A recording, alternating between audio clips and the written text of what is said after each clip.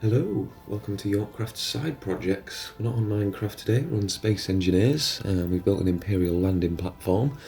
I'm sure a lot of people have played Space Engineers, so I won't go into too much detail, but for anyone who hasn't, it's essentially good graphics futuristic Minecraft with hinges, pistons and rotors, and instead of redstone, use computers. So you link up all of the things I said just up to these buttons, and that will activate them into different groups and things. So you can see the pistons here working as a lift to go up the legs of the landing platform.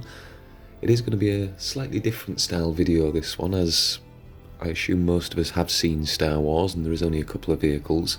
So I won't be doing too much talking, just kind of explaining how things work as we get to them.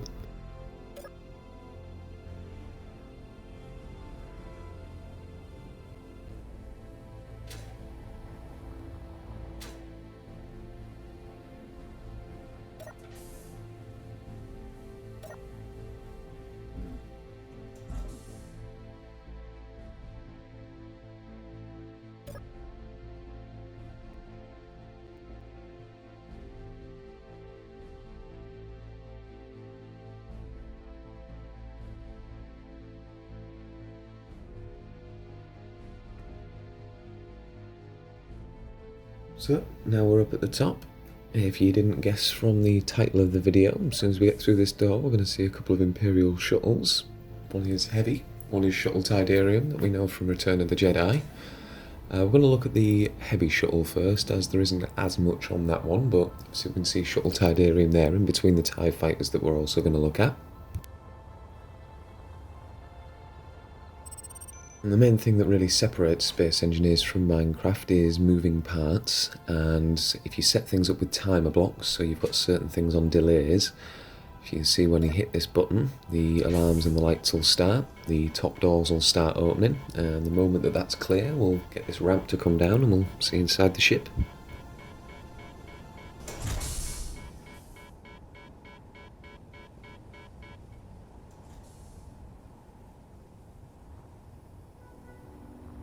In Star Wars canon, the main purpose of this vehicle would have been to transport cargo, but it would have also had the option to carry troops into battle as well. So once we've closed this door, we can see we have passenger seats down at the bottom. And if we go up the stairs and look, we also have beds for any long journeys. You can see a big conveyor in the middle, that's how you make the ship's engines work and everything.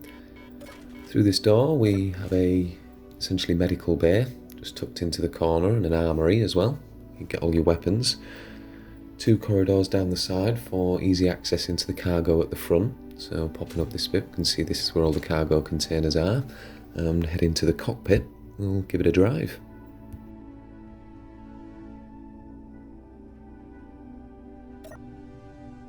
Imperial landing platform, this is Heavy Cargo Shuttle 1 requesting permission to take off. Lights, check.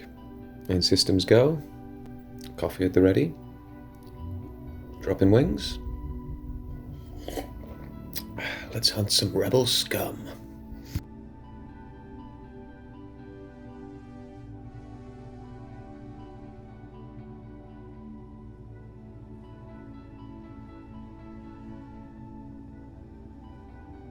Deploying main cannons. System check.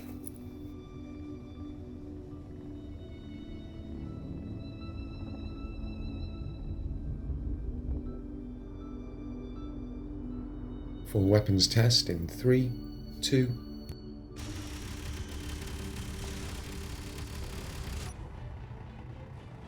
Autopilot engage.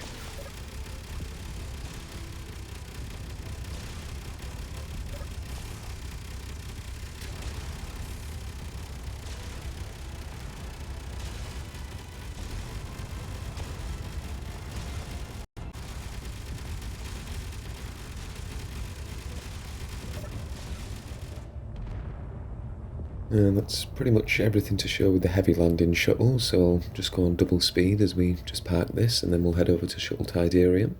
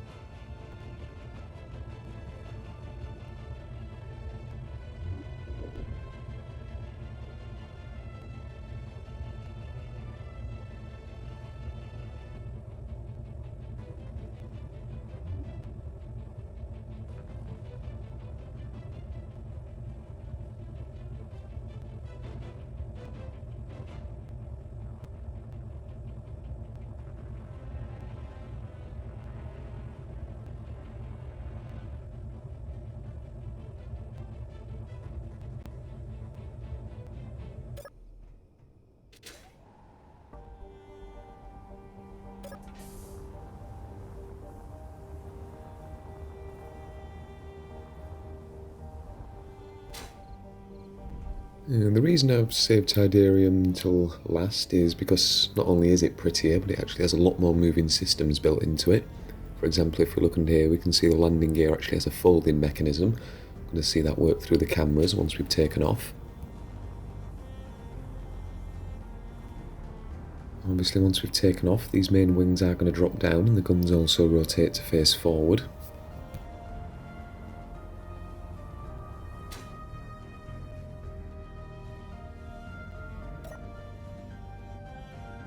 As we start to move into the ship, the first thing you're going to see is cargo containers hidden on the level sides with lots of space for passengers up on the main level.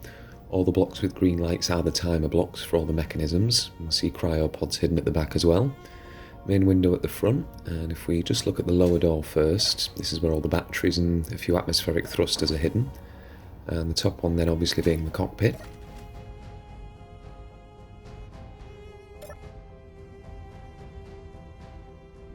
A few systems built in. You may have spotted those red lights as we were moving through. That's the emergency lighting system.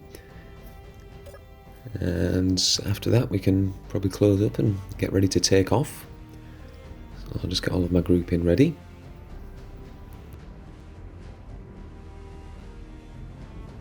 Now we're taking off, the first thing to look at is the landing gear. I'll keep swapping between the internal and external cameras. You can see this piston's about to move out and then the actual mechanism start to unfold right as the landing gear comes in, and that'll all go back, sit flush, perfectly level with the bottom of the ship.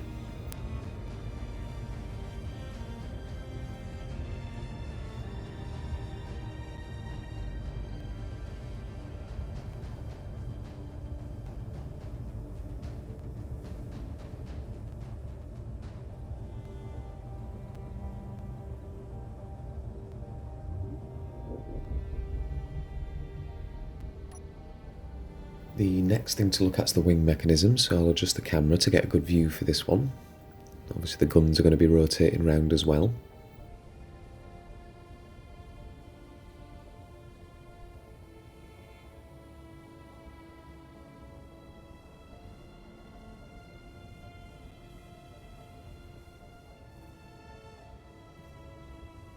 Some may call it overkill, but she has 4 rockets and 20 machine guns, all which can be fired separately altogether. And that's pretty much everything, at least after we've closed the boarding ramp. I have got quite a big backlog of these Space Engineers vehicles, and don't worry, they're not all Star Wars, but if you do want to see more of this sort of style of video, please do let me know in the comments. Amongst other things, I've got all of the Thunderbirds, including the Mole, RMS Titanic, Serenity from Firefly, and if you haven't seen my main project on Minecraft, that's where I'm building York in life scale and have been for 4 years, please consider giving that a watch. Oh, I don't remember putting a button here. What does this do? Oh. Oh, please tell me I moved Shuttle Tidarium.